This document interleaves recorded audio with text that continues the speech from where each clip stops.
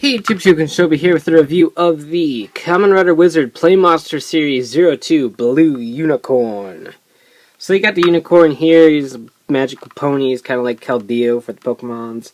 But anyway, you got the blue package to signify the fact that he is the blue unicorn. Right up here you got the 02 and the PlaMonster logo. So pretty nice packaging, it's tall because of the tray. I do wish these packages were smaller, but my orders with Hami are so big that it don't matter anymore.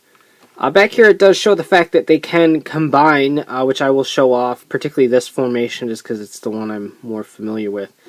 But we can have a little bit of fun later. So let's go ahead and summon up the blue unicorn with our unicorn ring. So that is right here.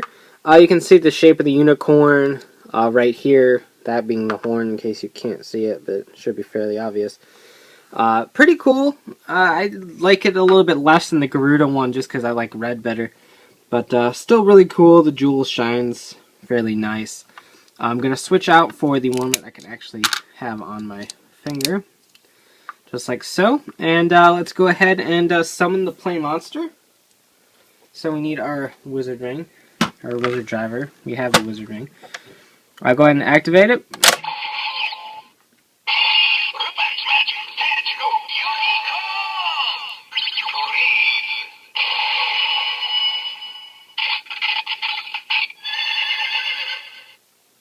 Pretty cool.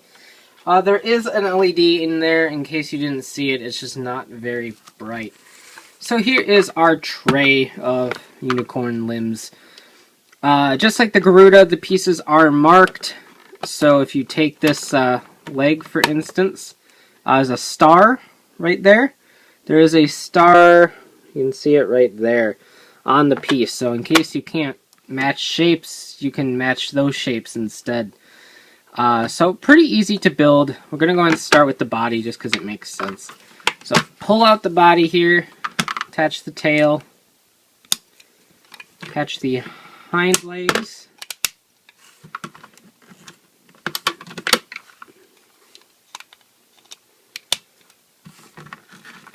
the front legs are the ones with the silver on them, in case you get confused. Lastly, I'll form the head. So, move our tray over here, and here we have the unicorn. Now, of course, we want to attach our wizard ring, so you just shove that in there. Like I said before, all of the sizes of wizard rings are compatible with this. Plus, all candy toy rings and anything of the like are all compatible as well, so you don't have to shove the blue unicorn in there, it just looks right. So pretty cool. I mean, in terms of articulation, obviously these are Mugenbine style joints. They just ratchet around. They don't actually move. But you do get a little bit of head movement to kind of pose him. His action feature involves doing this. That's it. And the instructions do show the fact that this can come off. Not really sure what else you're going to put there, because now he kind of looks like he has a rabbit ear antenna attached to his face, but whatever. So pretty cool overall. I love the way the ring looks. The silver is beautiful as always. I kind of wish the PlaMonsters had that silver on their bodies. I think they would look really nice. But we just get it on the legs here. So that's all he actually does. He doesn't do anything else except this. That's all he does. But like I said before, these are fully compatible with each other. So let's go ahead and bring in the Garuda. So he's out flying about and being all awesome. So these do combine, and it's actually pretty cool.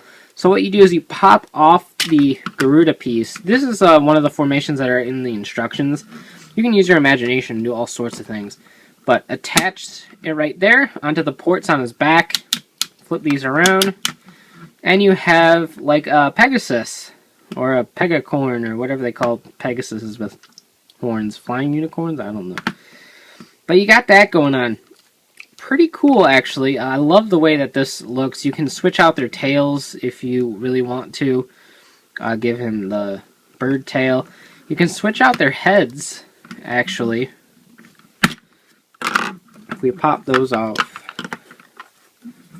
attach this, you basically got a preview at the Griffin PlaMonster. The head doesn't fit 100% comfortable with this. However, you can flip it around if you want to and have it a little bit more stable. I'm not sure what happens when you try to attach the Garuda limbs to here. They fit.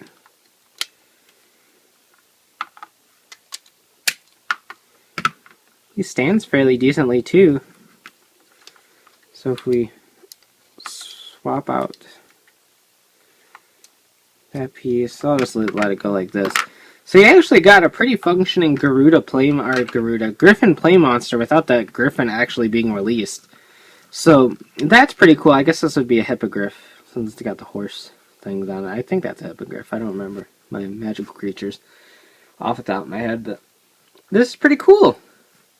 I just like the toys that are able to mix and match with each other. Whether this happens in the show or not, I don't know. I'm anticipating it not happening. But regardless, just the fact that you can mix and match these is really fun. You can make Griffins and Pegasuses and Flying Hope and all that fun stuff. So you got a lot going for you with these little guys as opposed to the food droids or the can droids, which were pretty much just kind of staples on their own. It really gives you a reason to go and pick up all of the PlaMonsters. Let's just shove our dead Garuda off screen.